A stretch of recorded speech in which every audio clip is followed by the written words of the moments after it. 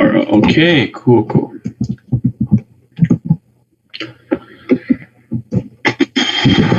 Okay. So, yep, that's literally what it is. Today's gonna be really short because I wanted to focus on the images, and then because there's I think three, with the ones that Alex made. So it's hard to go over all of them before you guys have the competition. So this is the you obviously know this, but always read the README because you got to know what to use. So some applications are obviously not allowed. Some of them are.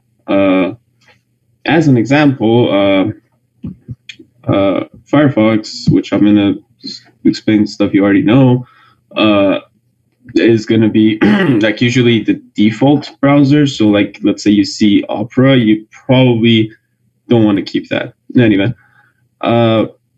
one more thing before I get into the real applications and stuff is the package manager. So for personally, so I wasn't we weren't the best team in CyberPatriot. I forgot it. Hold on. Round 3 or 4, I think. That's where they give you Debian. So we never got it, but this is for when you do, because this is what happens. So what they do is they give you a Debian machine instead of Ubuntu. What's up?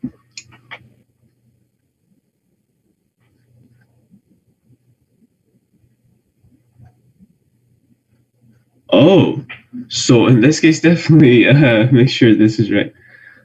So,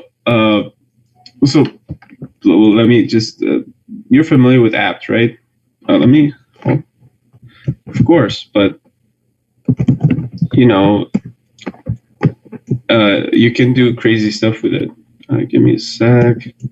Let me switch my window. Are you familiar with Docker? Docker, Docker. Yeah. So again, this is for your own good. If you ever decide to do, Linux stuff in the future, definitely. Even if you're planning not to, definitely install it. In any event, so this it's not a virtual machine, but it's it gives you just a random virtual environment. So apt by itself, is a package manager, right? So it tells you what options you have, right? But so you've seen update, right?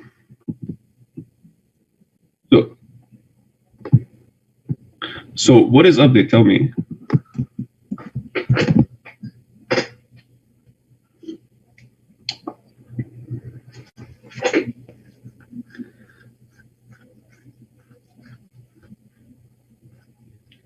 Mm-hmm. And what is upgrade then?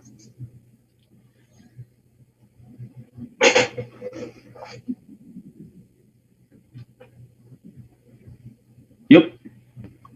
That is exactly correct. So now tell me this, where does it get the list?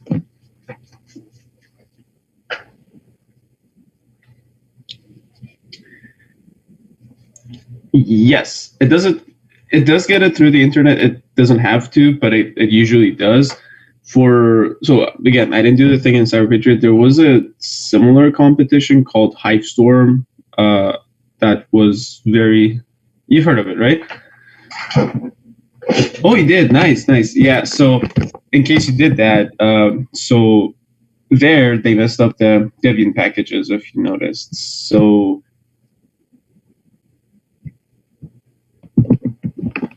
beautiful. So in that case, you should be familiar with this.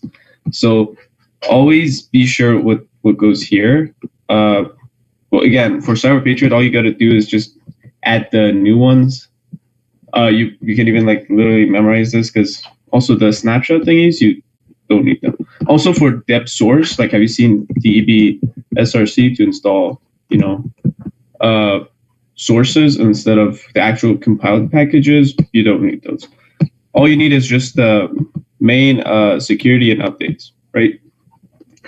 Actually, go ahead. Different versions? What do you mean?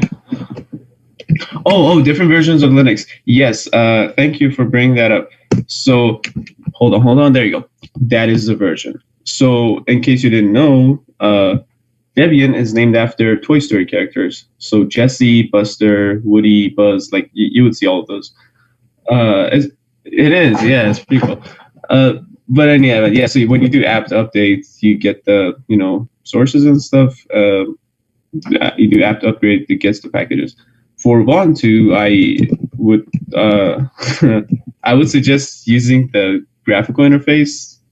As much as I don't like it, in CyberPatriot that gives points.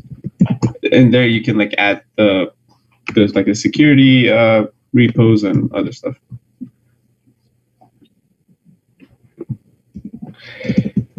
Yeah, Ubuntu's 14 and 16. I don't have one right now, but you get the idea. It's like in the, how you go into the software settings, I think, and it's only in the Ubuntu 14 or 16 they give you. Oh well. So let's go back to here. So that was something, again, you're probably familiar with all of these. I'm just going over some stuff really quick. But after that, we can get started on the image. Firefox is important for CyberPatriot, obviously. Okay. Am I missing something? I think this is pretty much it. You update it, make it your default browser. If it's company policy. This part, do you see the second one? I'm pretty sure they would never do this in CyberPatriot, but because for Windows, you don't have a package manager, you got to do it externally, right? So you go to About, set the auto update, and update it through there. Again, this, I have not seen it give me points in CyberPatriot, but generally, as a rule of thumb, go for it. I'm pretty sure this one does, actually. This one, it might give you points, because by default, history is not enabled. Yeah, I see that because it's important to log stuff, I guess. Mm-hmm. Yeah, if you see I'm missing something, let me know. But I think that's pretty much the gist of Firefox, and I usually get points for just updating it. But let's go back to this thing. I'm not even gonna go over these, but just you know what rootkits are, right?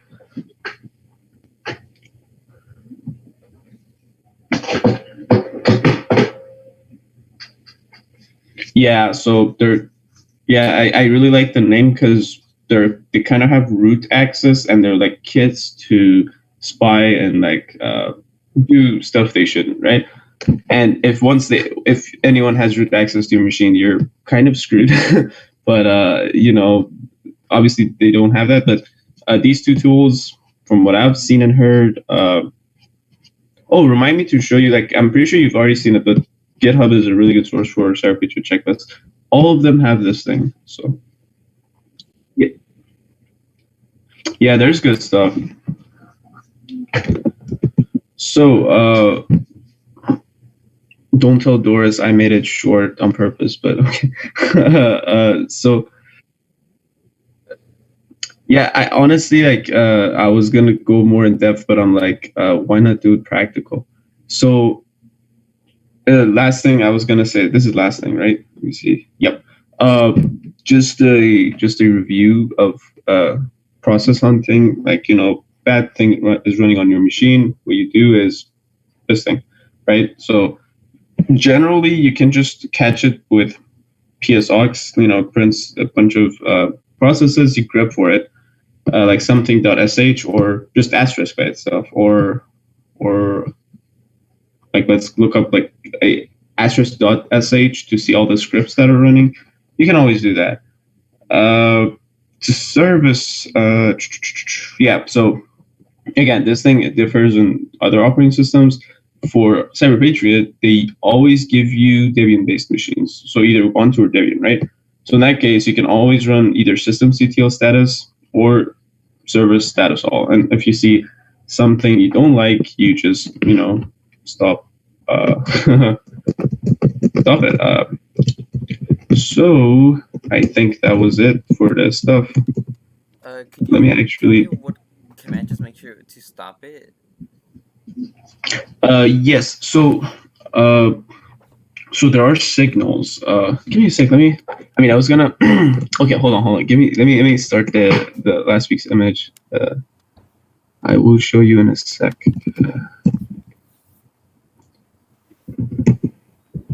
Week 1.vmdk. Is that it? I think so. We'll see. Oh well, it seems to be running, so in that case it's right. Okay, let's choose this window. There you go. So you gotta wait for it to start, but so for stopping things, there are signals, right? Mm-hmm. So when you there are different kind of signals as well. The most famous one is sig term, standing for signal terminate. So you basically terminate the signal. What the hell just happened? Oh, Did it's I? booting up. Oh, never mind. It's booting up. I stopped using VirtualBox, and now I'm a little bit scared if something does wrong. So give me a sec. It's fine. So I mean, while this is booting, let me show you my actual machine. I want to see what. Give me a sec. For some reason, it's really slow. I don't know why. Okay, so you said the signal thing. So you see all these commands running, right? So the obvious thing is just, you see the kill down here. You either click that or press F9, and you see all these different, signals. Uh, trap is to catch like other stuff. Hub, like that's again some other stuff. SIGINT is like when you press Control C. Like they all have some stuff you've already seen. But the SIG term is the one that stops it. So when you send a terminating signal to something, it should ideally stop it, right? You should never do this to system D because that everything runs under that. So, but like let's say, let me see. Look, what's running? Give me a sec. What is running on my host machine? Let's say. Okay, I have a terminal running. How about that? I can't really see much. It's lagging. Oh, never mind. These weren't typing. It's. Do you see this? Oh yeah. Sorry about that. Yeah, it's fine. Things are slow. Oh well. So yeah, PS. Oh no, you put the X2. Oh, by the way, if you ever get like confused, just and PS. This kind of should give you what everything does. Yeah, it is laggy. Do you see how slow that was? Anyways, but yeah, AUX, you can see them. There you go. To see every process using BSD. BSD, right? It's another operating system.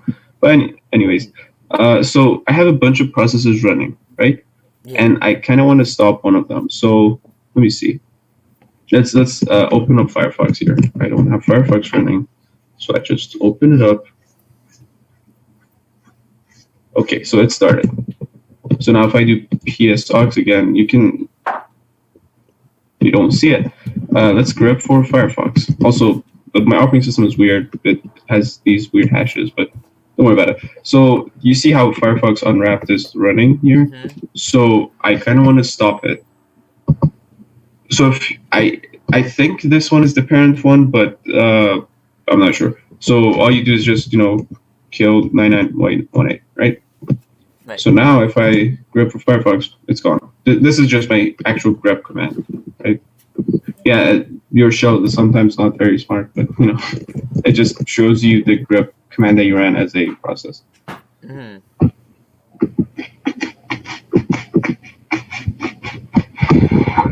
There you go. The machine is up and running. So what was the thing? I think it was db admin, and the password was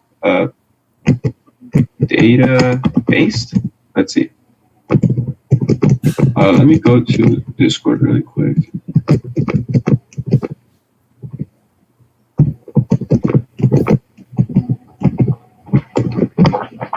Let me see. So in Linux, according to my past self, it's data dash base. Okay, beautiful.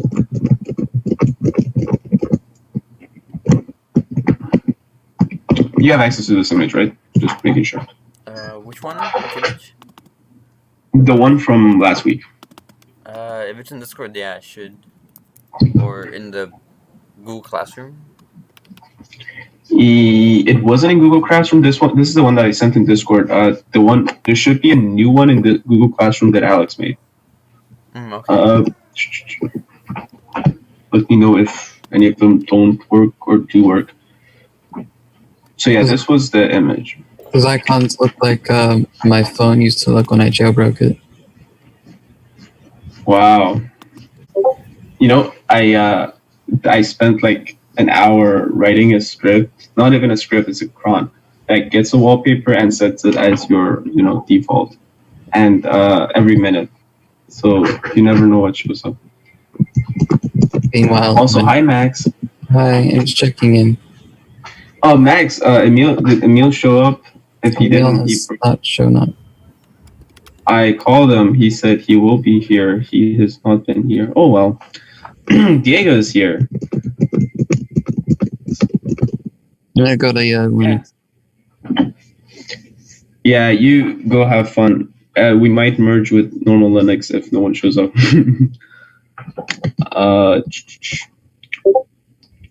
Well, Diego, you're a student, right? So that's, I mean, yeah, you could merge if you need to, but that's one person. No. I'm Max. I know Diego, but yeah, sure. Teaching him advanced. It's a one-on-one session. Sure. Yeah, you're getting the exclusive content. Oh well. In any event, so Diego, were you able to open this image? That's something I was really worried about because I didn't make it with VirtualBox.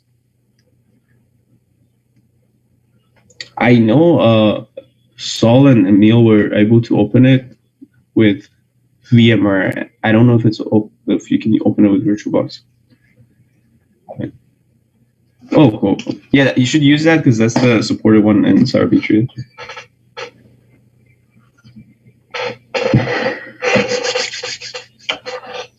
Also, this is a book.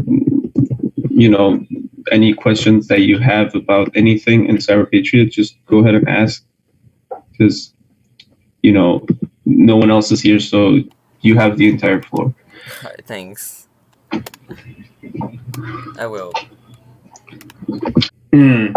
Yeah, that's true. Yeah, we don't have cybersecurity. We do have we do have CCDC, but yeah, cybersecurity is not a major here, so that is a big downside. But at the same time, like what one of my friends did, he majored in computer science, and like he's graduating this year, so next year he's going to go to USC to get his cybersecurity master's.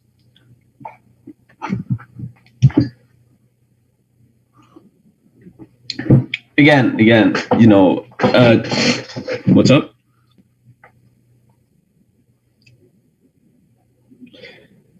Yeah, 2 more years for masters, but it's kind of worth it because masters is kind of worth it. You can like get better jobs. You would learn some more research focused stuff, which is like, it's a long story, but at one point you would realize that, like the stuff that I know are getting kind of repetitive. So you start to like either automate things or learn new things, right? So it's kind of up to you. Some people just continue the repeated route. Like as an example, like I worked as an information security intern. So like InfoSec is really cool. This is a tangent, right? Because it's not CyberPatriot, but I'm just going to talk about it. Because again, no one else is here. Also, stop me at any point. But yeah, so like with security, information security, which is like, I'm pretty sure that's the most common cybersecurity position. What we do is like it's like really high adrenaline, right? Like, oh crap, like I got a virus. Someone did something. Someone did that. You get phishing emails, and then someone actually clicks on it 10 times, and then you see someone running weird stuff. So in terms of adrenaline and getting excited, it's like there. But the downside is like after a while you realize, oh wait, like I'm just doing like work that is just repeated. So it gets like that. Research in cybersecurity is really fun. That's all I was gonna say, in case you're interested in that. Oh well. So let me. Oh, I put a README here. Beautiful. LibreOffice. Wow. You could have opened it in Vim or Cat. There you go. That's the entire README.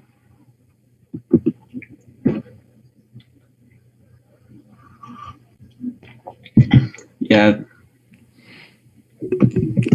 It's Aryan. Good morning. No, it's not.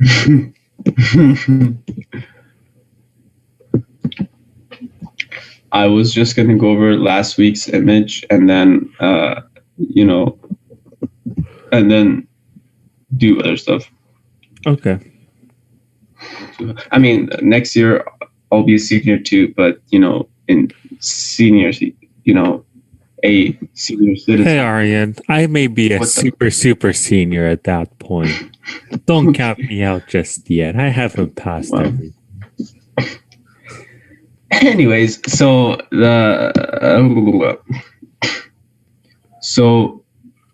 there's supposed to be a server and it's misconfigured. So were you able to figure out what server is here?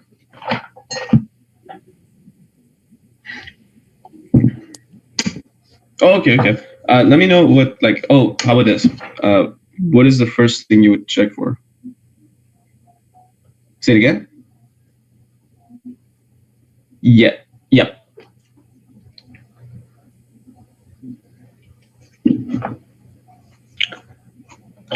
Bro, once I build my PC, I'm gonna be able to run 2 VMs at the same time. That is so exciting.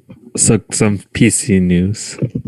RAM map. So if you use 4 sticks, it does have an improvement instead of using 2 sticks with the new Ryzen CPU. Is that not the case with Intel? It's not the case currently either with like a 3000 series. No, but is for Intel? Is that? No, it's not the case for Intel. Oh yeah. Then the only benefit you get is more. It's not the size; it's the actual amount of RAM sticks. For 2, yeah.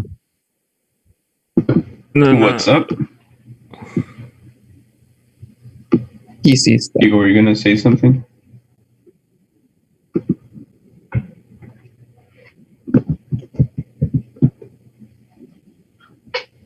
Oh yeah. So again, there are different ways. There is SS, there is netstat, there is nmap.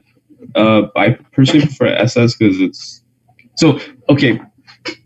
Yeah, but let me tell you this. Sometimes it doesn't exist. So on systems that, like, let's say on Solaris or I think MacBooks.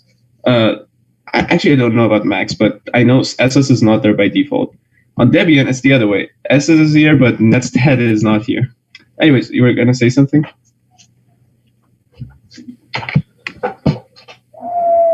Yeah, I honestly never read this stuff. The man page is really good. So all I usually do is just L for listening and T for TCP. Let me see, -T. There you go, TCP. You can also do UDP, but it's generally not that useful because services usually, at least in CyberPatriot, don't run over UDP. Max has a VPN. Is he here still? Yeah. Yeah, Max has a VPN that he used to run over UDP, so you can talk more about that. But you can have services like that, but you usually don't in CyberPatriot. Well, listening. Good question. So these are listening. Kind of means open. Well, okay, not exactly. you know what? Let me do this. Let me install netstat to show you the difference. Netstat gives you a little bit more info.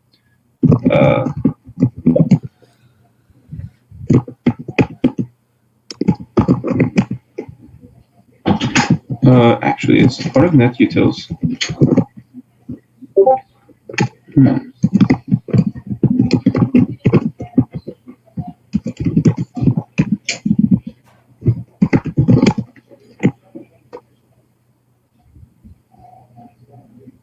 Arian, where'd you post the VM? This VM it's on the whatchamacallit, the Linux channel and the CyberPatriot Discord, but yeah, I think that's the only place I posted it. But we also have a new image for this week that Alex made, which should be on Google Classroom if I'm not mistaken. Okay.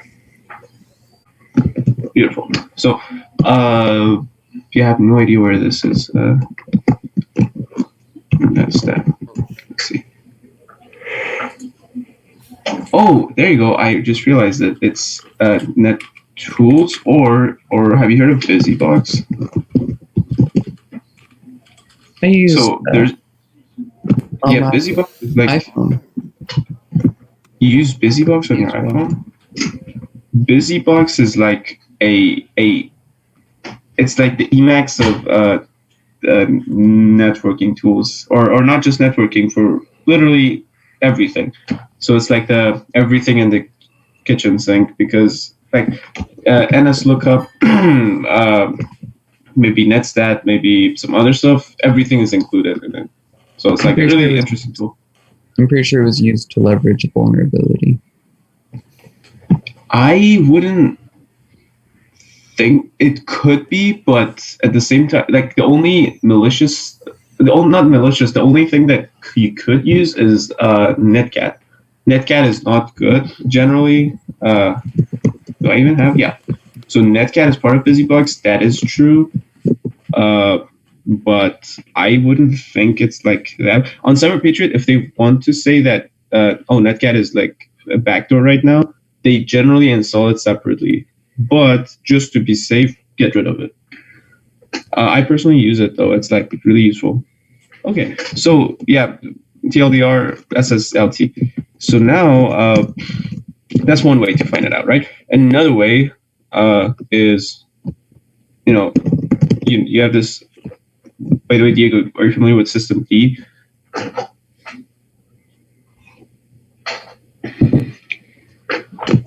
Good talk. So System D is sort of like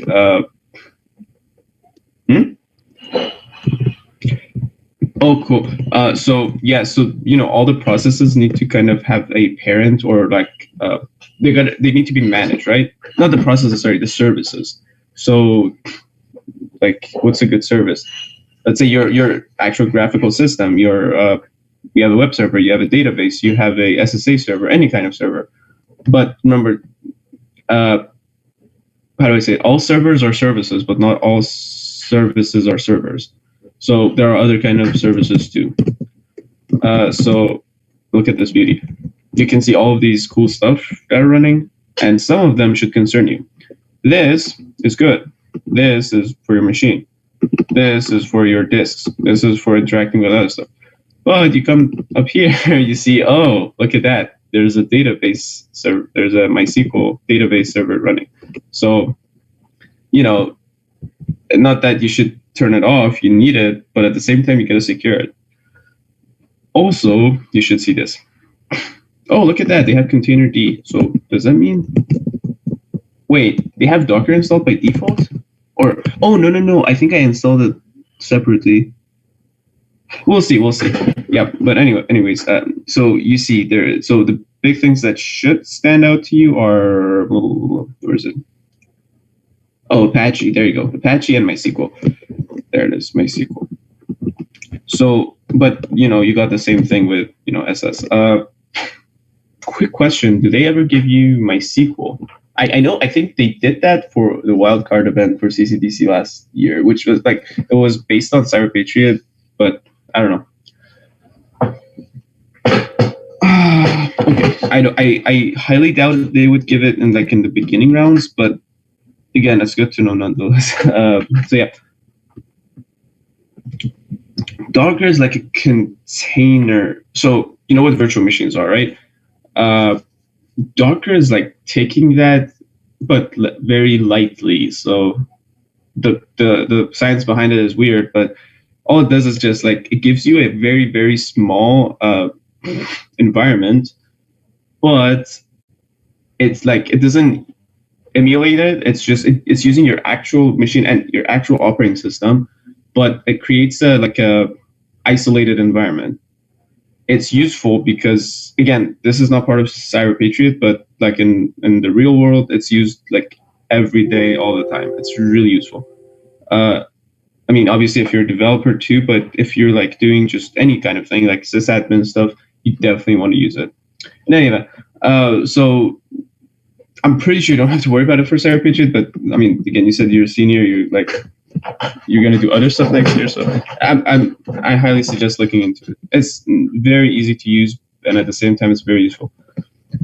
So back to the thingy. So after you discovered this, what do you think is the best thing to do?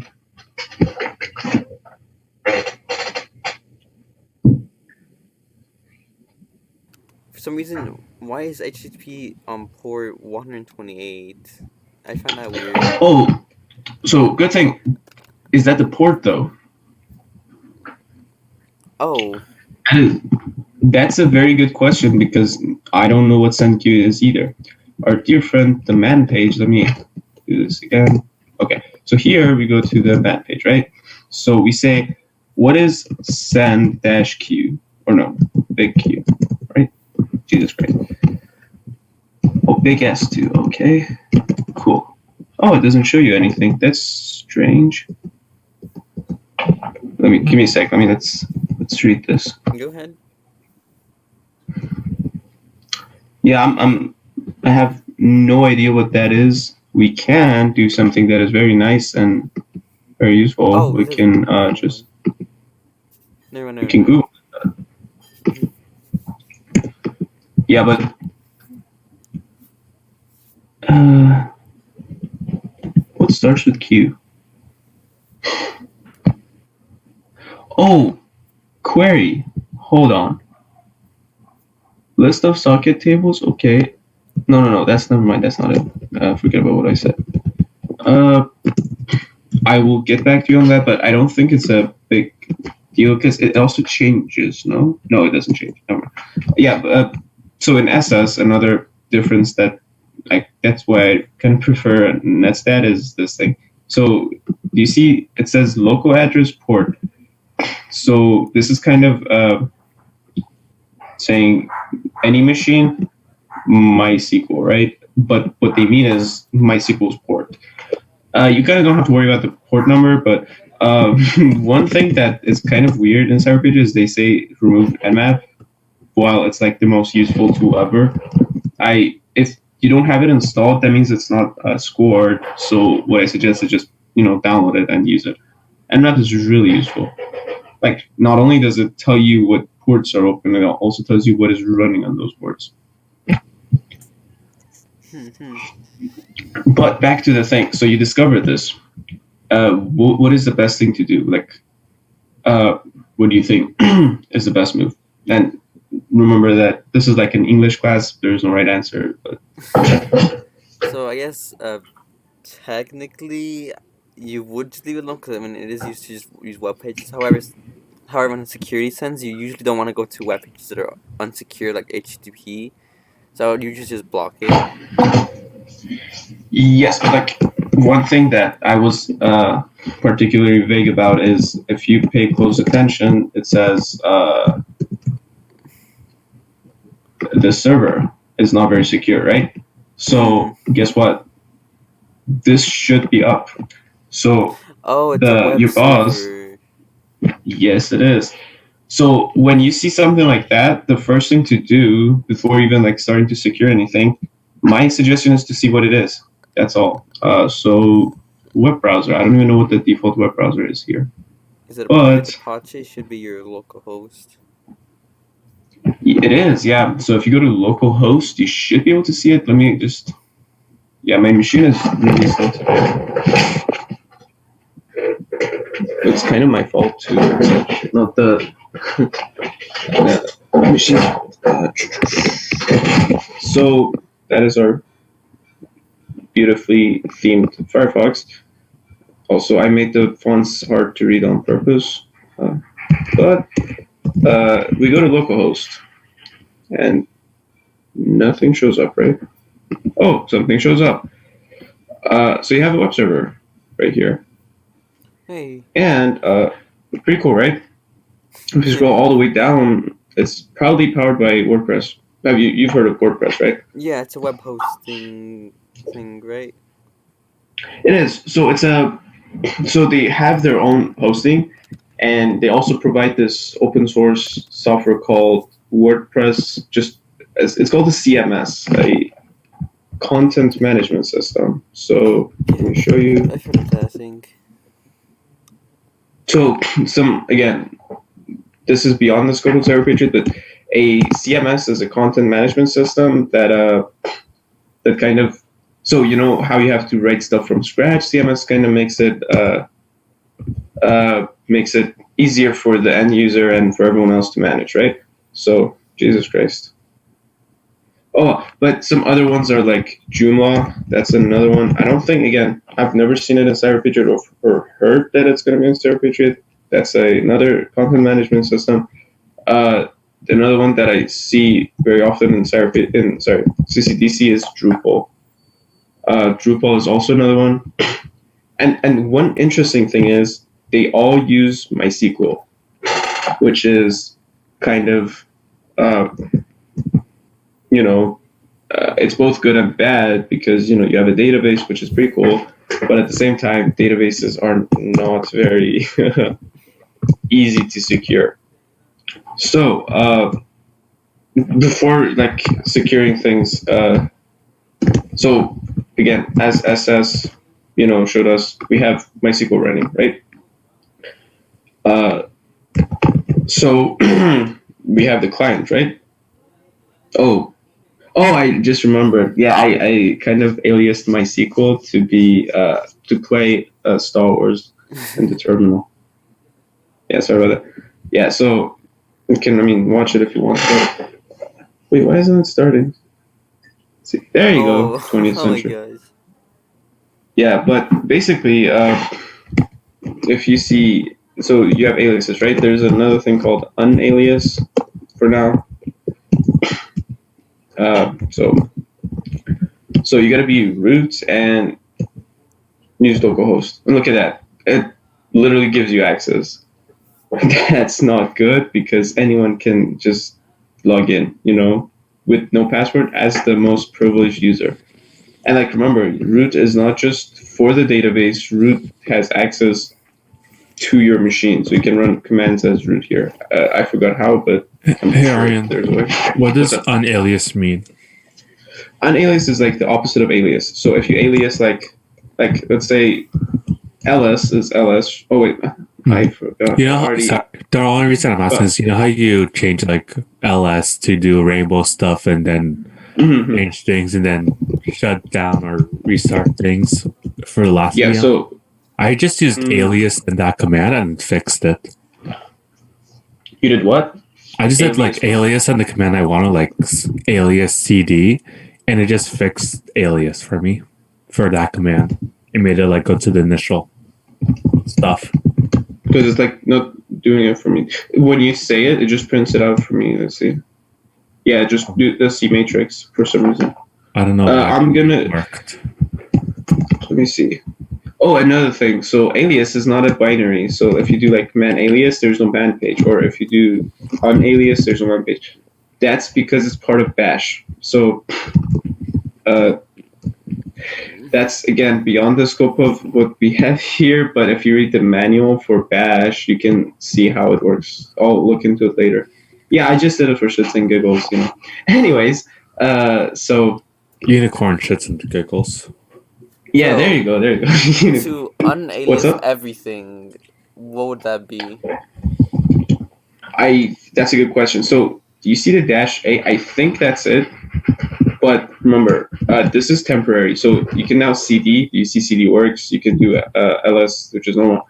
There's a downside. If you close this and open a new terminal, guess what's going to happen? It's going to come back, right? So what you would ideally want to do is you can edit. By the way, you can use whatever. I remapped everything to the so you can use bash RC, right?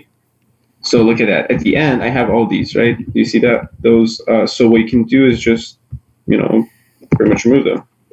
And then if you save it and close it and then open a new terminal, ls works. What else? CD works. You see? So all you have to do is that. On Alias, I use it just temporarily to change it, but it's not persistent. Anyways, let's go back to the thing, my SQL thing. By the way, this is really useful. I'm not kidding. To go to your history, Control R. Control R is like the most useful thing ever, in my opinion, at least.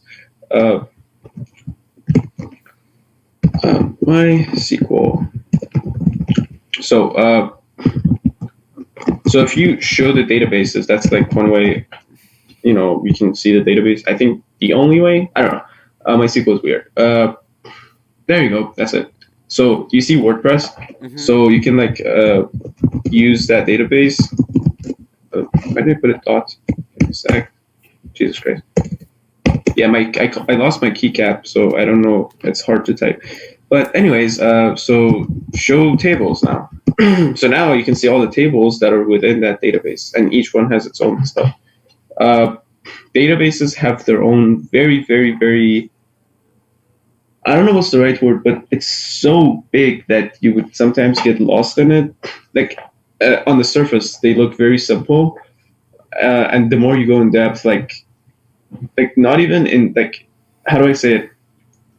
So there are classes for database. There are courses, certifications, and all kinds. But the more you go into it, the more you realize, holy crap, this is complicated. And you would realize that once you're actually using it. But for now, you don't have to worry about it because it's WordPress is doing this stuff for you, right? So if you say select everything from a table, like WordPress comments, for example, right? So look at that. It's kind of ugly right now. Let's change that. Instead of just everything, let's print blah, blah, blah. Let's see the comment author. How about that? Comment author. A WordPress commenter. So that was just a random comment, right? You can also see the posts, which was already running in localhost and whatever. But again, you don't have to worry about this. The one big thing that CyberPatriot uses, but it's real world stuff too. It's MySQL Secure Installation. Again, you don't always use MySQL as your database, but since it's the most common one, you kind of have to. And MySQL Secure Installation kind of does everything. So you saw how we were able to log in without root, right? So all you do is just you start setting this up. Cool. So now first you set a password. Let's call it 12345, which is very secure. And then, do you want anonymous users? You don't. Disallow root. Yes. Well, actually, no, because we don't have any other users right now. Remove test. Yes. Reload privileges. Yeah. Oh, another thing. This is again for managing MySQL. If you change the permissions, it doesn't take into effect. It doesn't take, I don't know what's the right word. It doesn't commit it. No, wait. It doesn't apply it, maybe. I'm looking for the right word, but it doesn't actually apply the changes. That you have to do explicitly flush privileges inside of the MySQL shell. But since this kind of does the job, you're good. So going back to our web server, right? It's using this MySQL thing. Also, another thing, this is not where the configuration ends. There is a MySQL folder, right, that you can use to configure. There you go.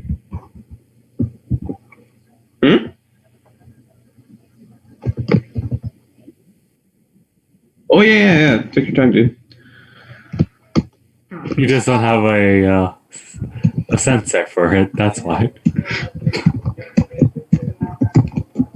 Can I just take a moment to say how much I appreciate Mega? Mega Sync is like one of the best things ever. Okay, because I was like worried with that sentence. Like, what are you gonna say you appreciate right now, Mario? Yeah, this don't worry. 50-50 if it's safe. Jesus Christ. Okay. Belly buttons are in. What? Belly buttons could have been the next word, and that would still be inappropriate. Yeah, I'm an innie, not an outie. Anyways, yeah, so back to the thing. So, Diego, are you still here? Of course I am. I'm happy you're here. So, there's this beautiful thing called configurations for MySQL. So, just to give you the background before I go there, have you noticed that your history always resets? So, if I open a new thing, guess what? It's empty. This is also the case in CyberPatriot. Do you know why? Your history for terminal, right? For the specific terminal, no? It's what? You only records the history of your specific terminal, no? Or?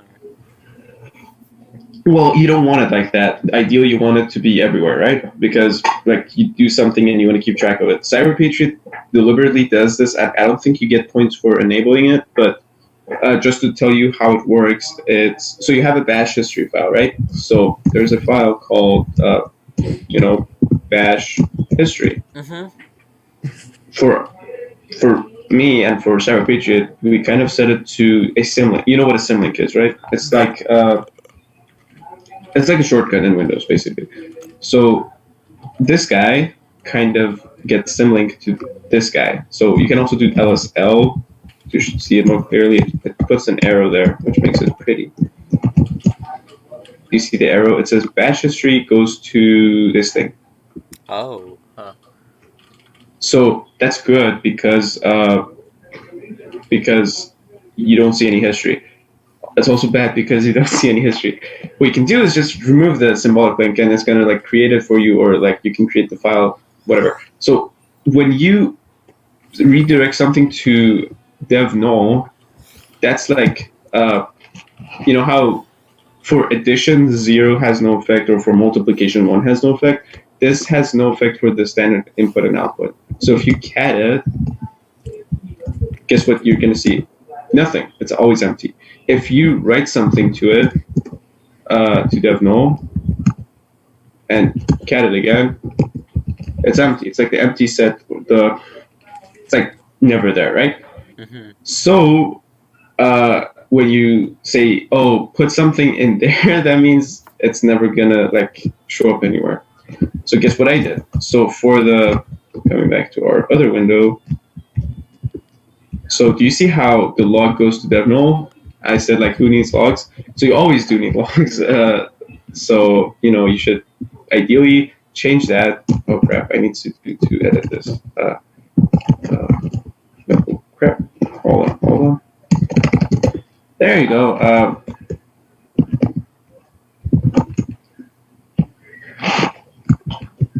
Who needs passwords, right?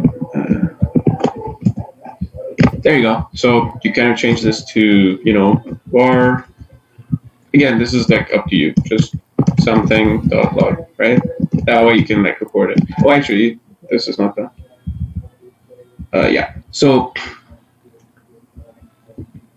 read the comments. So I deliberately, also the logs here as well. You gotta also like change these to something that actually matters, because let's say your database crashes or someone starts attacking you. How are you gonna know? If you don't have logs, you kind of don't. So also read the comment.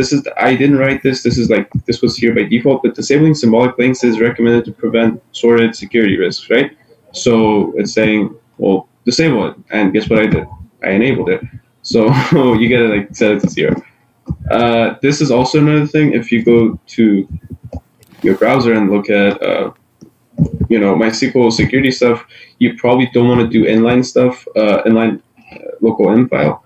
So I would say changing that to 0 as well.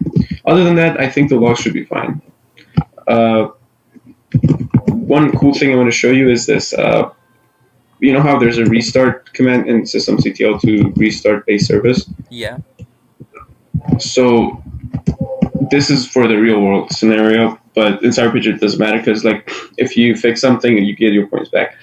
In real companies or like maybe actually in CCDC as well, you don't get the points back if something goes down, you lose the points forever, right?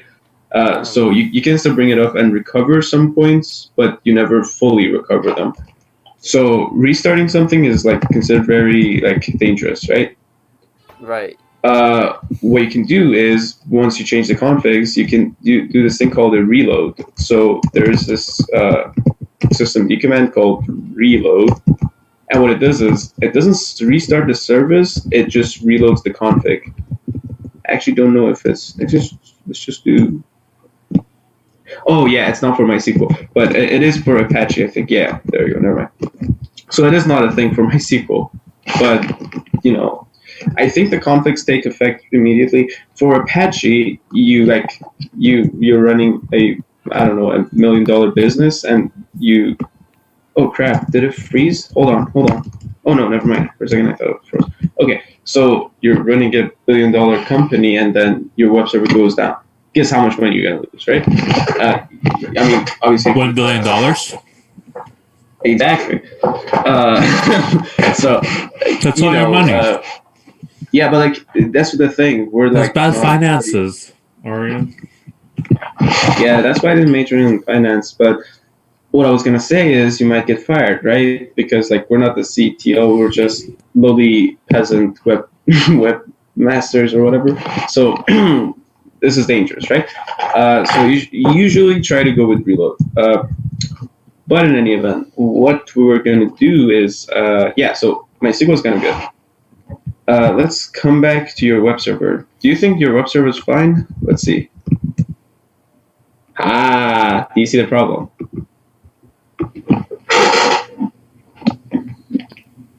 Oh no. Oh no, exactly. So first thing you would do, you would have to freak out first, but after you're done freaking out, you check your, oh crap, what was that? After you're done, you check the database, right? Which I set to 1, 2, 3, 4, 5. Oh wait, database works. Then why are you getting that error? So this happened to me in CCDC. So in CCDC, the team kind of needs to work with it. Like all the team members need to work with each other. So I, by some will of God, ended up with a machine that had a database, and 3 other people's machines depended on mine. So guess what? As soon as I changed my database password, 3 services went down. And again, as I said, in CCDC, you don't recover points. So everyone was really mad at me, but that was like a good lesson because I learned that, and this was like my first time in CCDC, and I was very new to this. So, you got to be careful. So, good thing is on CyberPatriot, you recover these points. In real world, you got to be careful. So, WordPress uses a password to connect to the database. Previously, there was one. Now you got to add one, right? So what you can do is just go to the WordPress. There you go. So look at that. Do you see that? So the database user is root, right? Oh, another thing. This is for once we have stuff ready, but you should ideally not use root to connect to a database, right? You know how Linux machines have root? This is like the root for MySQL, and they're like the most privileged. So we'll get to that. The ending of the story about the time of the database is that I thought I was securing it. I wasn't. So in order to get the services back up, I had to re-enable the root login, and guess what happened at the end? We got attacked, and they got root, and it was not a pretty sight, but I really loved it. Anyways, so we changed the password to 1, 2, 3. Oh wait, I don't have root. Give me a sec. Yep. Yeah. So 1, 2, 3, 4, 5, right? So is it gonna work now? There you go. It's fixed. Like that easy. But you gotta be careful. So if you ever, again, this rarely happens in CyberPatriot. The thing I showed you is all you gotta do for CyberPatriot. But in real world, all you gotta do is coordinate with whoever's doing the web, or if you're the web, coordinate with whoever's doing the database. In some cases, which could be a very unfortunate, is that you gotta manage both at the same time, like in this case. So you gotta be careful. You gotta set the configs and immediately change the other one. But oh well. I think that was it for the thingy. Let's see. Sorry about that. So one cool thing about WordPress is that there is no terminal, right? It's mostly just, literally just whatchamacallit. It's graphical interface, right? But through the web. So again, the world of web is like really complicated. One simple thing you can do is this. So this doesn't have to be on your local machine, but have you ever used curl? It's like a really useful tool. Kinda. Kind of. Okay. So curl is, or curl, I call it curl, is a tool to kind of get web pages, right? So like if you get, I don't know, google.com, it gets the HTML, which is redirected. So it's saying use HTTPS. Okay. Oh. There you go. So that's the web page. Your browser kind of runs a secret curl. I mean, they don't use the curl. They use like some other stuff. They do get this, but all they do is just they turn this gibberish, this HTML stuff into, that's called rendering. But in any event, so you don't need that gibberish, right? So you don't care about the HTML. What you care about is I. I gives you info, right? So let's look at it. So server is GWS. I have no idea what that is. P3P. There are some. These are called headers. So you send the request, and you get a response back. So you can do the same thing to your actual machine, right? If you have a web server. So look at that. You have a server that's running Apache that is Debian. Everyone can see this. Did you know that? So like if someone from outside does that, they can see what kind of a server you're running. That's not good. It doesn't. Okay, it's not good if it's not updated. This machine is, so it's okay. You can hide it. It's up to you. But yeah, that could be a good idea to disable, because let's say like you have an old version of Apache. Someone looks at it, they're like, oh wait, like instead of 38, you have 2.00, and it has like many vulnerabilities. Guess what? You're gonna see a twinkle in their eyes, and they're gonna use like, you've seen Metasploit, right? Yeah, it's like of course. Yeah, so they use Metasploit to kind of mess with your web server. So true, you don't have to expose it, but if it's like if it's a recent version, it's okay. Anyhow, but yeah, like, did you see Google didn't show it? I'm pretty sure. Let's see. Hold on. Give me a website. Let's see CSUN. Hold on. Oh, www. Here we go. Key too small? Oh crap. Okay, well, but that didn't work. Oh well. But yeah, servers big IP. I have no idea what that is. But you get the idea. It's like, that's interesting. Now back to our good old. What was I gonna do? I forgot. Yeah. So back to our good old. Thing. Web server. You can use it graphically, and you kind of have to, because you don't want to touch this stuff manually. It's like some. I don't know if it's like a user share. Let's see, WordPress. Yeah. Do you see the PHP stuff? I mean, even as a programmer myself, I wouldn't look at these manually because they were auto-generated and they're kind of hard to read. You can if you want, but again, you don't have to. That's the beauty of it. What you can do is just see. So we did the curl, right? Sometimes you actually can see that, it's WordPress, and it is. You see that? when you see W, actually, so that's a good question. Let's open it. Why isn't it opening? Oh well, let's do it manually. Index PHP. Nope. So that's like, have you heard of API? Kind That of. I think. So sorry. So like some. I'm going on many tangents, but I think it's kind of good to know because again, I know that this is CyberPatriot, but these are like kind of complementary. So APIs are how you interact with how. So whoever provides the service, they kind of provide an API for programmers to interact with their service. So like one good example is like Reddit. So you've been on Reddit, right? Kinda. Okay, so like you go to iBleach, you see puppies and kittens, right? One interesting thing is that you don't just have to look at this. This is like HTML, right? Mm-hmm. The programmer, if they see this, they're going to be freaked out because you don't want to deal with HTML. You want to deal with something called JSON. So you go to api.reddit.com and then it gives you this data, which you can just use in your Python, whatever language you write it. You can use it in your program. Actually, do I have JQ? I don't. Give me a sec. This is going to be interesting. So JQ is like a JSON parser for your terminal.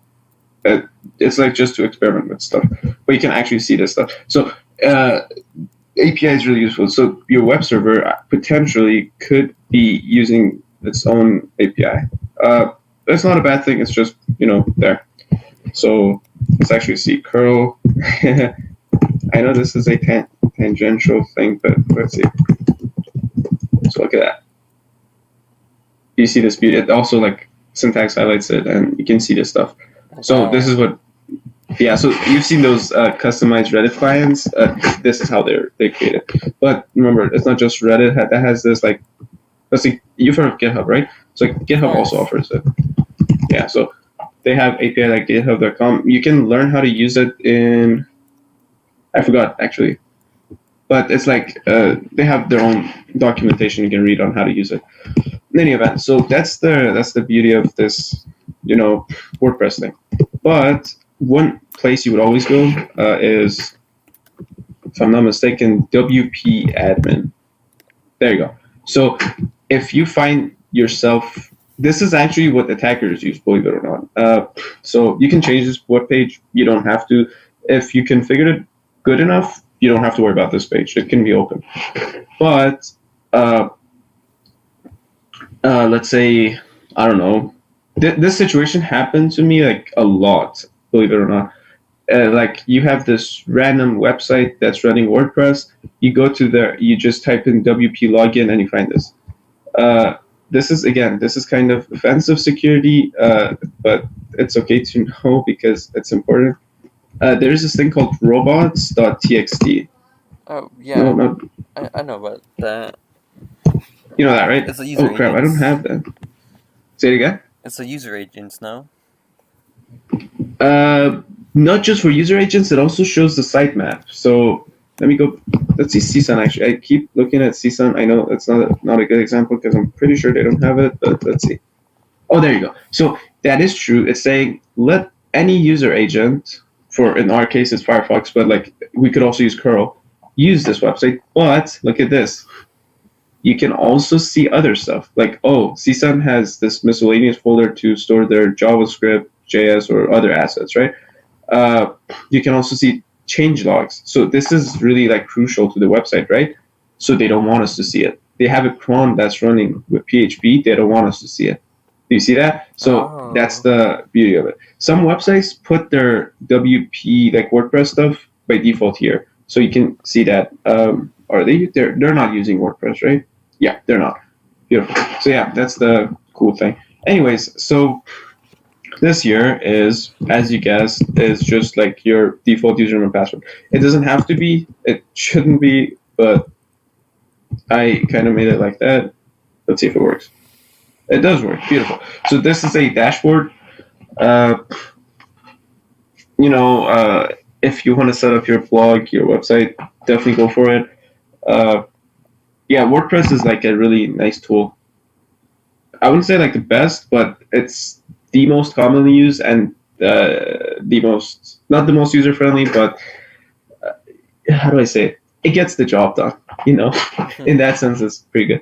So one thing I was going to do is just look over the settings here.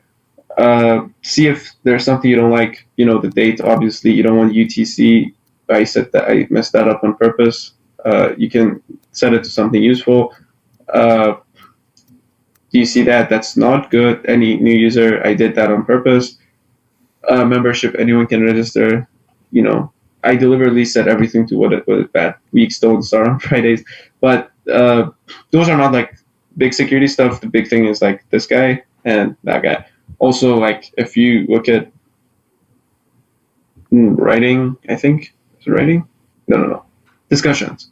Yeah, there you go. So like I allowed every person to post comments. Guess what that does?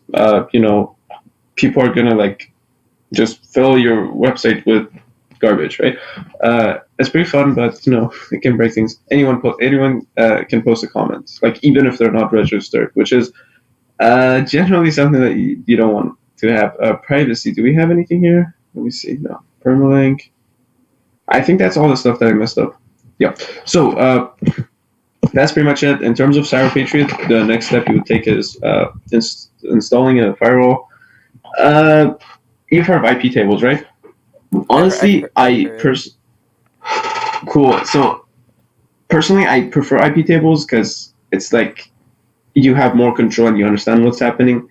But in CyberPatriot, they use UFW for everything. It's not bad because it's kind of like, you know, it is easy to use. So, do we have a firewall? Tell me that. I'm guessing there isn't. Good question. So, let's see. Is there? So, IP tables is installed, but let's look at the rules. So, there are some rules, but yeah, but they're just for Docker. Do you see that? There is none for the actual machine. So let's see if we have UFW. Uh-oh, you don't have UFW. So in CyberPatriot, again, you usually do have it installed, you just have it disabled. Here we don't. So what you would do is you would install it. Again, I have never come across a machine in CyberPatriot that doesn't have UFW, but unless it's a Windows machine. But yeah, if you ever have a machine, just enable this. Pretty sure we'll be done soon. Sorry if it's taking too long. So yeah, so UFW, status kind of. Oh wait, what? Oh yeah, you gotta run that route. It doesn't give you access. Okay, there you go. So first you do the status. It's inactive. There's actually a verbose version of this, which gives you more detail. No, that's not right. Give me a sec. Oh yeah, there's no dash. Just, bro, the weather's really good today. Okay, there you go.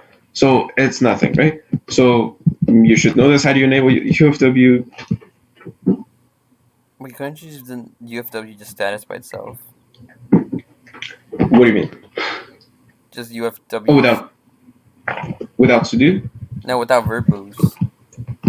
Oh yeah, so you'll see the effect of verbose. Like here, it like you see there's no difference, but once you enable it, it kind of it gives you some more detail that I'll go into. But like, how do you enable it? That's my question. Sudo UFW enable.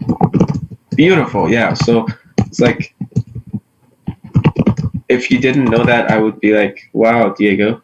But anyway, so it's enabled, right? So let's see the status. Let's see. Okay, there you go, active, right? So all it tells you is it's active. But look at this. If I put verbose, oh, look at that. It's not just that. So this by the way gives you points in CyberPatriot. Not all the time, but sometimes. There you go. This is what I was gonna show you. Jesus Christ, I was looking for this for a very long time. So, do you see that? Default, yes.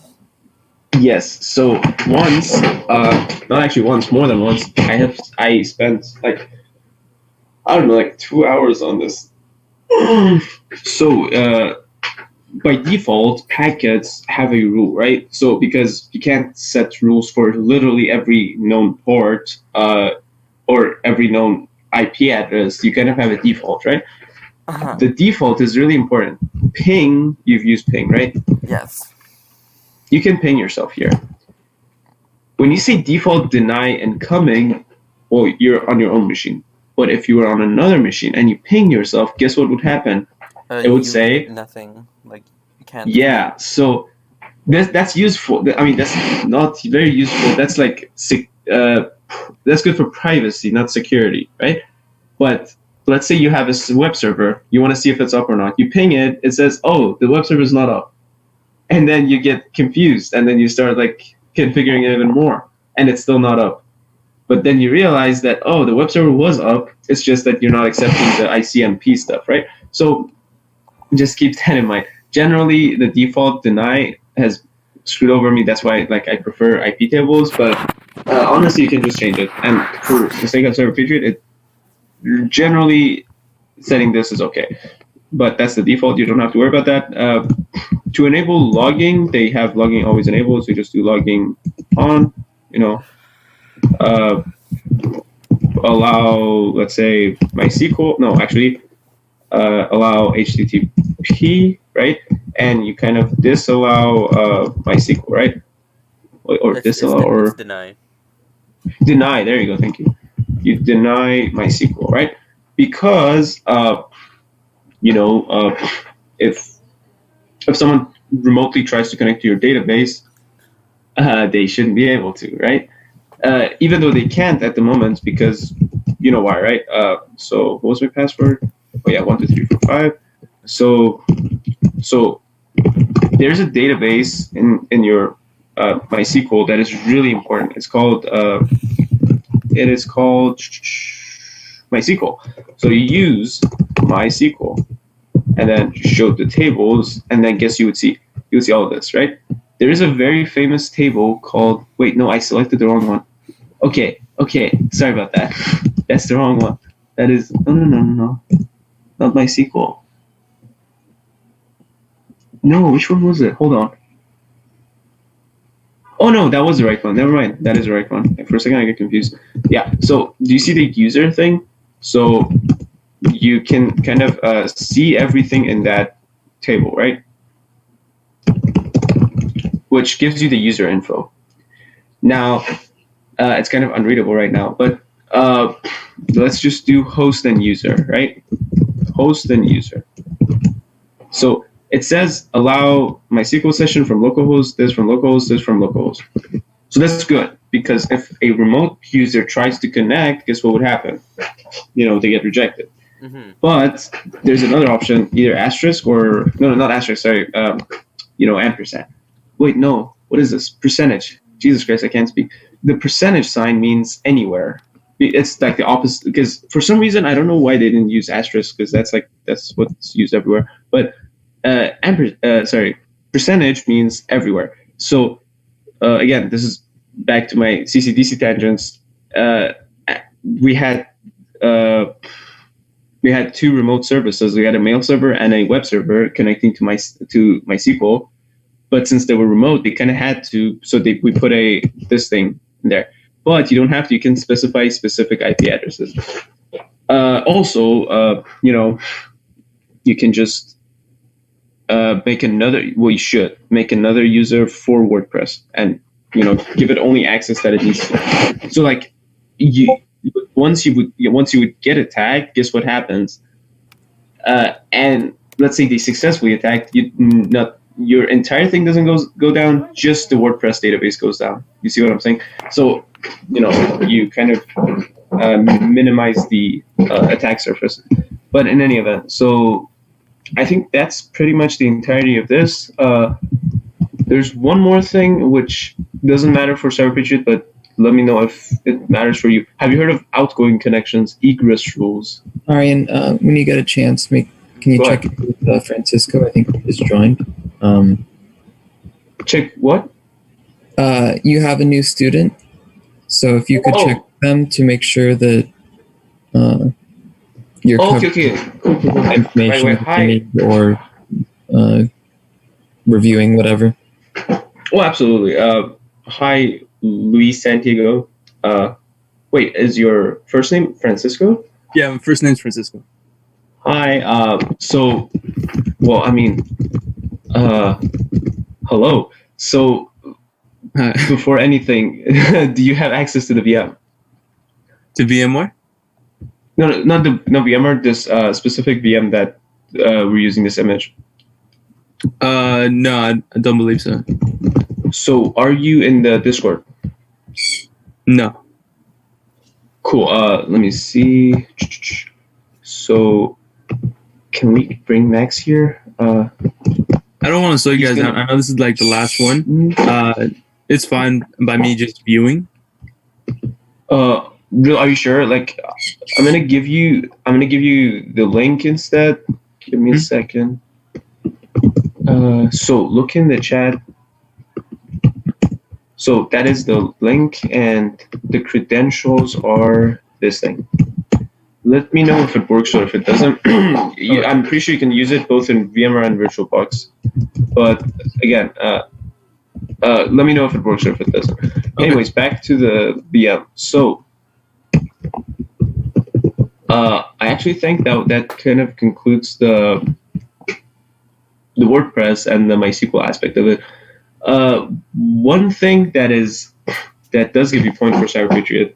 Wait, I forgot to finish my ending thought.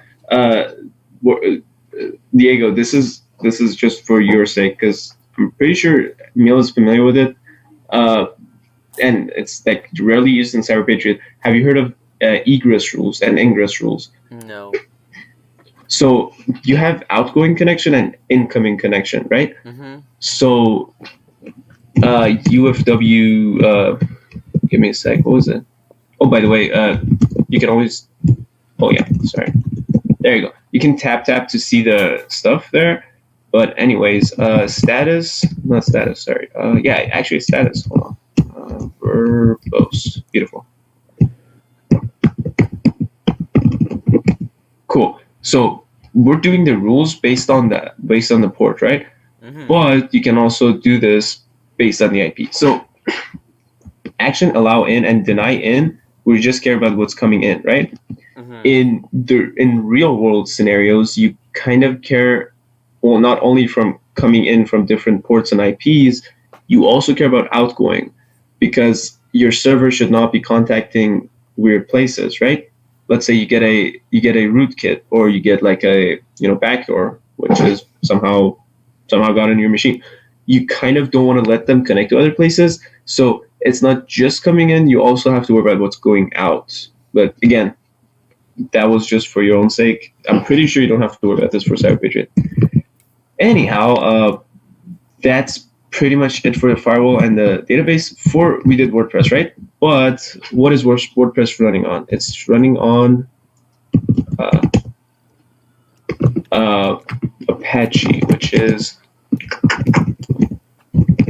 there you go. So do you see Apache? WordPress is kind of running using that.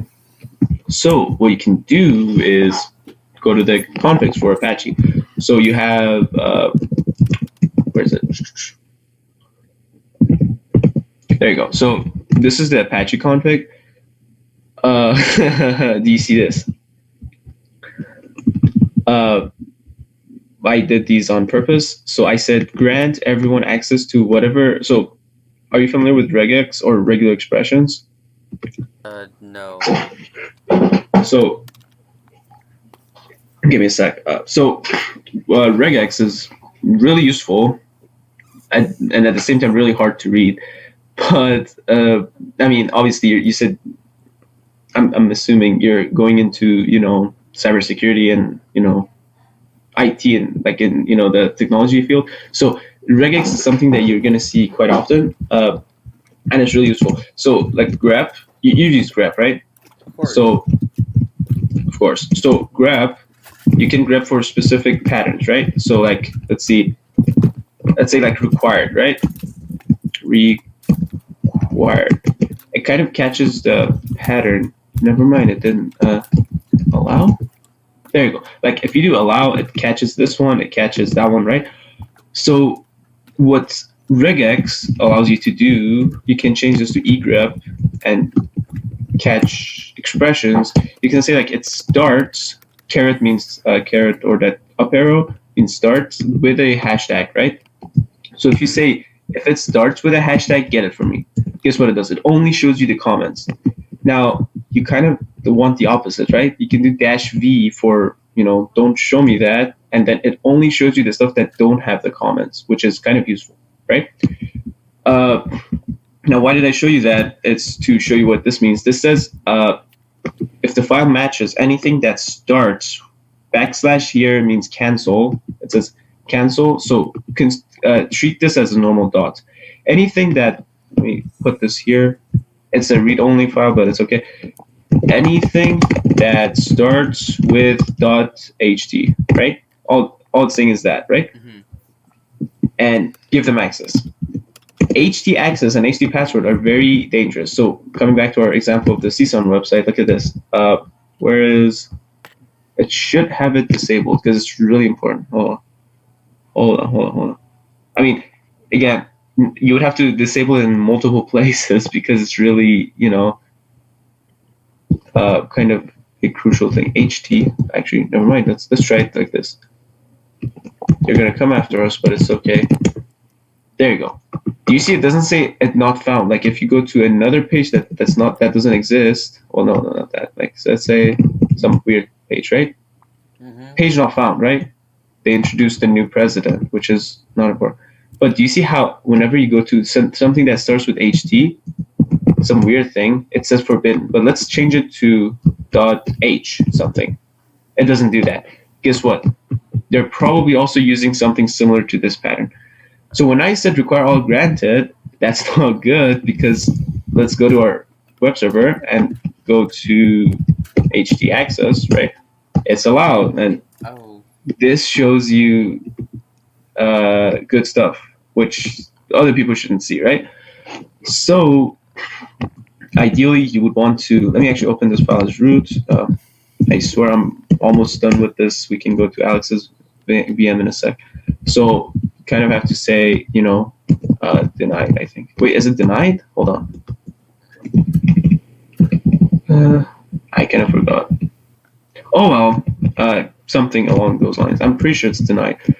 In any event, so logs, you do need logs, and then, did I disable logs? I don't remember. But, yeah.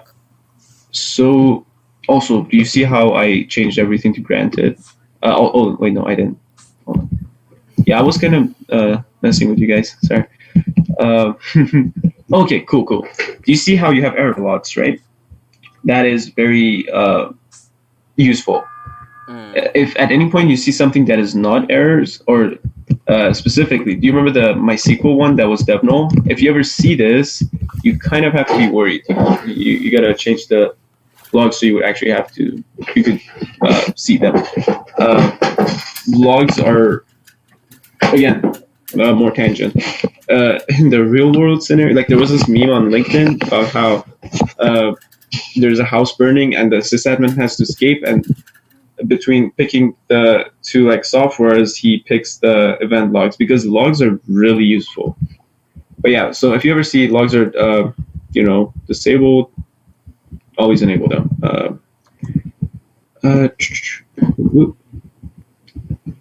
Any questions or comments or concerns? Yeah, what was the command again for looking for like all the hashtags and stuff that isn't hashtag? Oh yeah, that is a very good point. Actually, I can talk about regex more if you want. I'm pretty sure we're done with this. There is one more thing. If you go to WordPress and then, actually no, not that. There is a PHP ini file. Have you ever heard of that? This one I'm gonna leave for you guys. I didn't change much in it, but I was just gonna show you. Wait, what? Oh yeah, I changed the default search engine to eBay for some reason. Don't ask me why. So let's see. PHP ini, right? Security settings. So if you look this up, this is like the default. This is like always in CyberPatriot. Not the first few rounds, but whenever you have a web server, this is going to be there. So always look for it. Oh, another thing. So speaking of GitHub and good checklists, so CyberPatriot checklists. One thing that I learned actually recently is that you can the recent version, the recent checklists are much better. Recently updated, and then you go to these, right? Actually, the one that I really liked. Oh, by the way, for Linux, I mean for Windows, yeah, they would have to look at a checklist. Since we're kind of elites for Linux, we can have scripts, right? I mean they can too, but Bash is kind of readable because it's literally just you can copy and paste it in your terminal, right? Yeah. For PowerShell, it's a little bit different. But basically, you can just find scripts. Well, these are vulnerability scoring engines, but there you go, scripts. Like this is just an example. You don't have to use this one. This was updated 2 days ago. Huh. So you can just go to Linux, and then I think no, never mind. Does not look useful. One person that I really like. Let's see if I can find him. Not this page. Let me go to the next page. What the hell? My mouse is moving on its own. Anyways, oh, there you go. That's it. So this guy, Turbo Yoda, he's really famous in the CCDC world. He's one of the organizers of CCDC. Yeah, there you go. WRCCDC Black Team. He's like a god, and he has a script here that when he was in high school he wrote, and this by itself, like when we were in Hypestorm, this gave me like, bro, you have no idea how many points it gave me. I didn't run the script. I just like looked over the stuff he was looking at. Yeah, like getting rid of stuff you shouldn't have, or in any event. So that's pretty much it. I was gonna just show you something Can you here. put the link in chat for me? Oh, absolutely, yeah. Give me a sec. Let me just memorize it. Okay, there you go. Because I'm in a VM, I kind of can't copy and paste. Let me see if I get this right.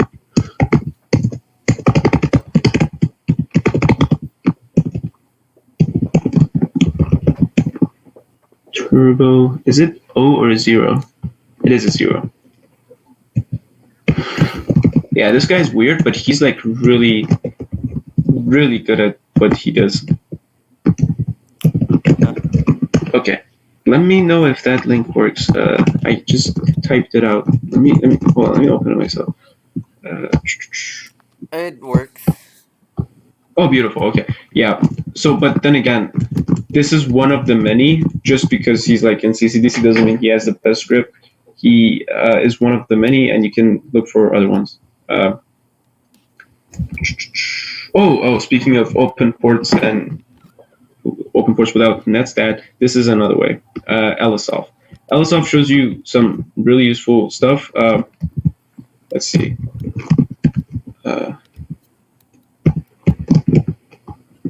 No, IN. So you're gonna make them separate in that case. INP. Nope. There you go. So, there you go. So these are outgoing connections. It's saying that's my IP. You can see my IP here, right? Wait, no. Hold on. There. No, wait. Oh yeah, this goes before. Sorry. So you can see my IP is 10.02.15, right? That's my virtual machine. Mm-hmm. From that, these are dynamic ports. It's connecting to that IP. And if you're ever curious, like, do I have DIG? I don't have DIG. Do I have NS? What the hell? I don't have any of those. Give me a sec. I'm surprised. No net utils. Let's look up. That is not good. Oh, DNS utils. There you go. I just remembered. Yeah. DNS utils. In other operating systems, they call them something else. In Debian, they're weird. But like, I'm pretty sure this is the same for Ubuntu. I actually crossed that out, but in Ubuntu, it's installed by default. Okay, let's see. So Do you remember my thing about when I talked about rootkits and backdoors? So this is really useful for detecting that. So this IP, we can do a DNS lookup, and look at that. It says that's an AWS machine. Have you heard of cloud computing? Kinda. So again, so this is kind of tangential to CyberPatriot, but I have a feeling, very strong feeling, CyberPatriot is going to switch to AWS very soon. CCDC is doing that. So What do you mean? CyberPatriot. What is it though? So what is it? So back in the old and actually current days, so we have our own servers, right? So you set up a server at home, you connect a bunch of wires, you set up your stuff, and then you host some many VMs inside or many servers, right? That's good, but it's also bad. It's good because you learn stuff, but it's bad because you gotta, let's say your company, guess what? You have to pay for the hardware, you have to pay for maintaining it, you have to pay for when it goes down, and you actually have a risk of it going down. Some companies like Google, Amazon, Oracle, and Microsoft. For Google, it's Google GCP, Google Cloud Platform. Amazon has AWS, and Microsoft has Azure. I don't know. Rios really likes Azure. I don't know if he ever talked to you about it, but so you have these. So these three cloud platforms, kind of, Oracle is not that useful from what I've seen. But yeah, like when I worked at the company that I told you about, it's like we mostly used AWS, and like they were transferring everything that they had from real hardware to AWS because guess what? This is cheaper for them and it's easier to maintain. So why deal with hardware? So yeah, AWS is really useful if you want to become a sysadmin or ops. This is like the most important certification or skill that you gotta have. In any event, why did I talk about that? Oh yeah, so if you have any weird connections, this kind of tells you if you have a backdoor that is sending data. And if you pay close attention, it sometimes changes. Let me refresh something. Like let's refresh DuckDuckGo. And if you do this again, you might see it. Oh, I wasn't quick enough. You get the idea. So I think that's pretty much it. Any questions? Concerns, comments, anything? I don't think so. No. So the image was like basically just managing the SQL/Apache server. Yeah. So Apache, sure, but also WordPress. I actually don't know. I forgot. Hold on. That's a very good question that GitHub can answer us. So how do they score WordPress and CyberPatriot, or do they even use WordPress? Yeah, I know. That too. Hold on. Do they Joomla. Hold on. Okay, my first year, so I joined towards the end of my third year of high school in CyberPatriot. I didn't know anything, but back then I think they used Joomla once. I'm not. Joomla is like a similar WordPress. Or like one of the other other competitions. So not CyberPatriot itself, but what was it? CyberLA? I think it was. No. BTB Cup. BTB. Yeah, there you go. BTB Cup. Yeah, I think. No, hold on. I honestly don't remember. It's like how many years ago? That's like 5 years ago. But I think it was either BTB Cup or one of the first few rounds, maybe. But yeah, they used Joomla, if I'm not mistaken. And you remember Maria, right? Yeah, Maria talked about it. Oh yeah, I heard Maria left and I was really sad. But in any event, so back to this. Let's see. Yeah, so GitHub is like the place to go if you want security stuff for CyberPatriot. That is it for me.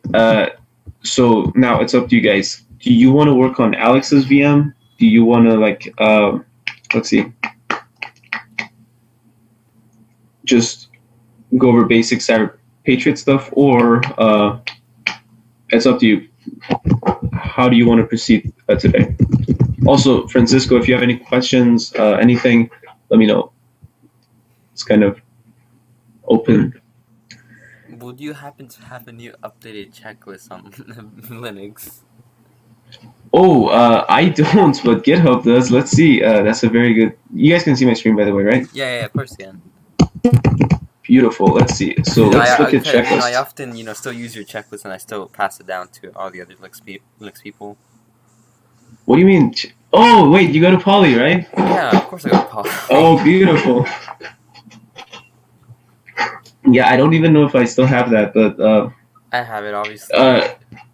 Oh wow, beautiful. Yeah, I actually kind of needed it. I asked Nelson. He sent it to me last year, but I think I upgraded my machine, so I don't think I still have it. But in any event, Do you want me to yeah, send it to my you? check. What's up? Do you want me to send it to you? I mean, sure, but I kind of don't need it anymore. Can I get I'm it? glad. Diego, if you have it, just send it to him. Alright, I'll send it to you through Discord.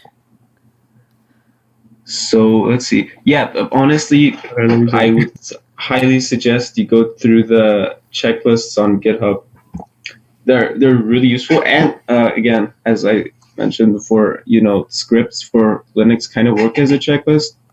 I mean, I'm pretty sure Diego knows Carlos. Do you remember Carlos? Of course I do. So what he did was he wrote his own scripts, and so I don't know if it was a loophole or something. We used scripts and we still won. We were like the second team in what was it BT Cyber DLI. I don't know how he did it or how he found the loophole, but he like went over the rules and he found something. So guess what? You were the second team somehow. Oh well, but yeah, GitHub is your friend. So that is that. Let's see. So, general CyberPatriot stuff. sysctl always gets you points. I'm gonna run as root. This is something I'm absolutely not familiar with. It's really complicated, at least because I have very limited networking knowledge. But if I go to Turbo Yoda's script, you can find very useful things here. Like, let's see. sysctl. There you go. So, do you see all of these? Some of them, like, wait, give me a sec. Just random comments on these. Sync cookies gave me points before. I don't know if it was Hypestorm or CyberPatriot. Honestly, I don't remember. The cookies. Say it again. The cookie ones, yeah, they do give you points for that. Yeah, dude. Yeah, sync cookies is like I forgot, but it's like you can inject them into some machines, so you gotta be careful. Oh wait, they do SE Linux in CyberPatriot. Jesus Christ. Yeah, SE Linux also. I mean, SE Linux. I'm actually gonna show you guys something exclusive. So this is a web server that give me a sec. So like this server is very new. This is my old ThinkPad and I set it up recently. So actually, did you just see that? Do you see how it says when I SSH into that machine, it says a valid context for me was not I couldn't find it. Guess what that is? That's SE Linux. So SE Linux is a very complicated thing, which is, give me a sec, let me go back to this window. Does it sound like security Linux or something like that, or like? So yeah, so it is very secure, and so basically, how do I say it? The access control list for Linux is weird. Actually, is it even installed? Let's see, get Fackel. Yeah, so I don't know if you guys have ever used get Fackel. So going over permission stuff, let me see. So, dude, I just remembered something. So I just did something here. There you go. Okay. So do you see this folder www? Yeah, it's the web server. What is that permission? It looks like anyone can do anything they want. So in a real world scenario, this is like really scary. So yeah, I kind of messed that up on purpose because now you can change this. Because look at this. when you have this, you can just like look at this. I'm gonna add a new user, and I'm not even gonna make it root. I'm gonna just call it something, and then let's see, password ASDF break. So I'm gonna become something, right? Right now I'm something. I have permission here. Do you see how it's like green highlighted with black text? That's what the permission means. And I can go to the thing to here and change stuff because I have full permission. I can just remove it. Actually, look at that. I mean, that's not WordPress. That's the default Apache thing. But did you just see that? I removed it, and I had the permission to do that. That's not something you would want. Am I correct? So, coming back to the root directory, the uppermost, what you can do is just actually, did I change var or just www? Let's see. No. Or yeah, var is fine. Var has the right permission. It's just that honestly, dude, I missed the lolcat. Let's go bring it back. There you go. So do you see how where is it? Oh yeah. So this one has the permissions, right?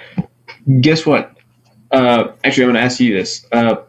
All three of you guys, what is the best permission for the web server, like for the www directory? I don't know actually. That's a very good response because, I mean, I have a very vague answer, but you know, Google's your friend, so, or DuckDuckGo. You can always look this up, right? I personally go with 600 generally. So, by the way, before I keep going, how familiar are you guys with you know, permissions? Yeah, so like the numbers and stuff like. So let me know if if you're not familiar with it, because honestly it takes some time to get used to. So they're octals. They go 0 through 7, and it's a little weird. So let's see. Sorry, I lost my keycap, so it's a little bit hard to use the arrow keys. But do you see that? Do you see that? That, if you do that, I mean, maybe 20 years ago, this was like not known to everyone. Nowadays, if you do this, you get fired because you don't want to set 777 on anything, right? So this guy says 775. So just to reiterate, if you're not familiar with the permissions, so octals, are you guys down for some math? Sure. Sure, yeah. So octals, how do they work? Python has this int function that kind of gets what the number is. So like if you just do 1, it turns the string into a number, right? Yeah. It can also convert other bases, like base 8, which is what we need. So if we want to have like 777 in decimal, that's 511, which is, you know, kind of weird, but you know how it works, like 7 times something plus 7 times something. That's how it works. But how does this actually work is kind of weird. So you have 3 different things. You have owner, you have group, and then you have others, right? So when you have 777, that means owner has 7, group has 7, and other has 7. And let's go to let me show you there should be one of those posters or Jesus Christ, why did they change it to eBay? Yeah, I like to mess things up. Sorry about that. So let's go to, yeah, there you go. So ones means execute, W means write, 2, and 4 means read, right? So how this works is you just add them up, which is like, I'm hoping is not too much math. So you say write, just set variables. Write is, no wait, am I don't know. I'm stupid. X is 1, write is 2, and read is 4. So let's say I want to have, I don't know, read and write permission on a file. What is my permission going to be? Read and write. So you just all you do is just add them up. It's 6. 6 means read and write. If you want to have execute, just 1. If you want to have, let's see, read and execute, let's say read plus execute, that'd be 5, which is very rare, but it happens.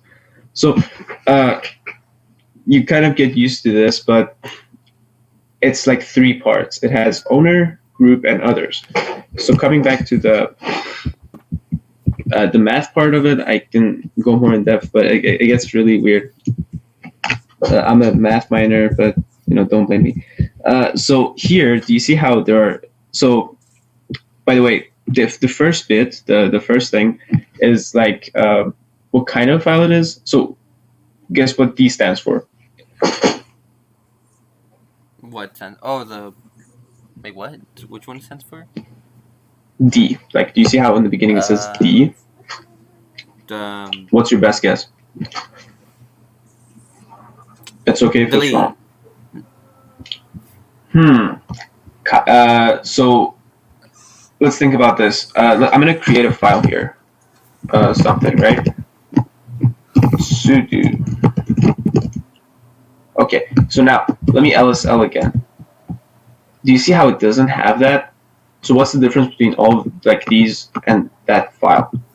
They're folders, right? So what word do we use for folder in Linux?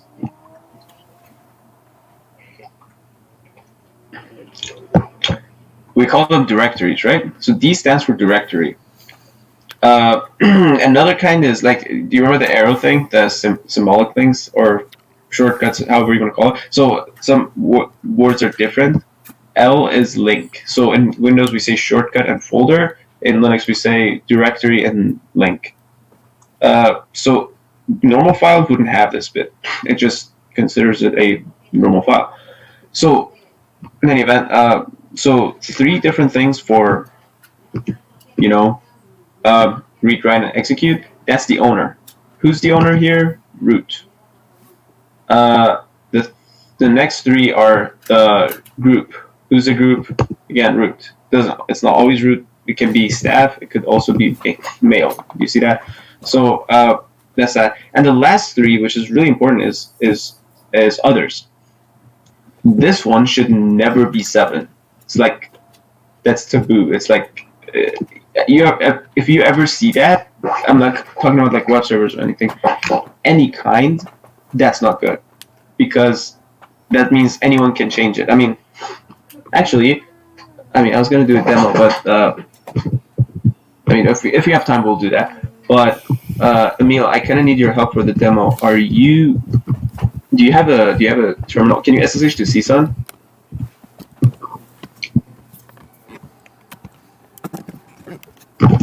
Good talk, Emil.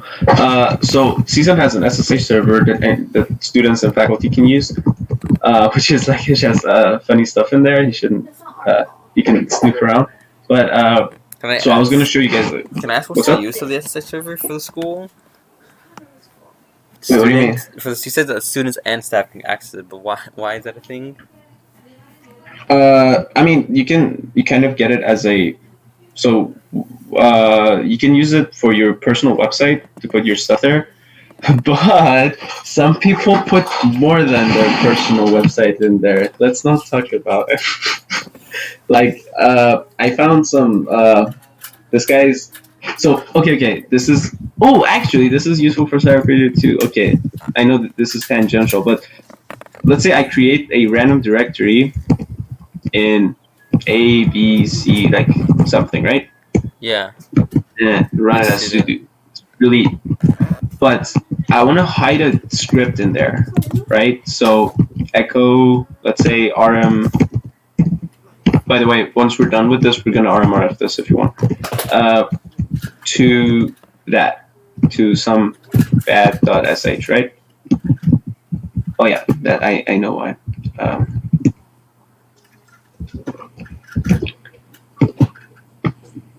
Bro, I love coffee. Select really good. Okay, so there you go. Beautiful. Oh yeah, that's because. Yeah. Come on, let's go. There you go. Okay, so, and then what we do, to make it executable, we just do chmod. Chmod means change of permission, right? So before doing that, what is the default permission? It's read, write, read, read. We want to enable this bit. What we do is just, chmod plus X. And then, now we have that enabled. So now we can execute it, which let's not do that right now. Let's just echo ls to it for now because it's scary.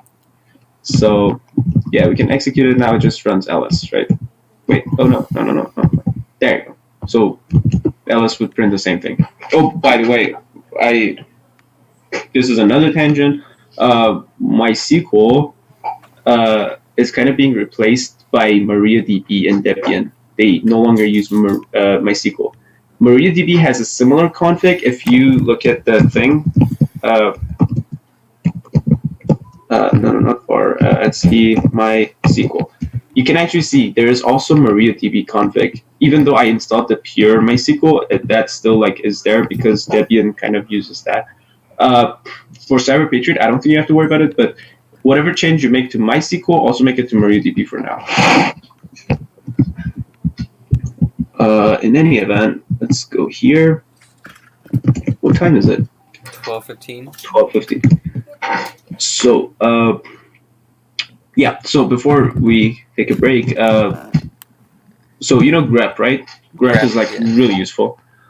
So, so find. Have you ever used find before? Yeah, for files. Yeah, so find is a way to find scripts, right? So we put it in the var directory. So if I say var and the var direct, find in the var directory, whatever name that ends in sh, right? Guess what? It finds all these weird scripts, and it also finds our script. But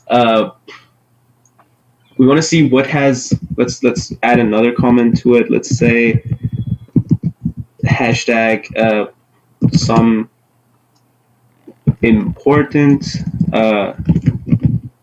comments, right? So how do you look for a file that has that thing in it?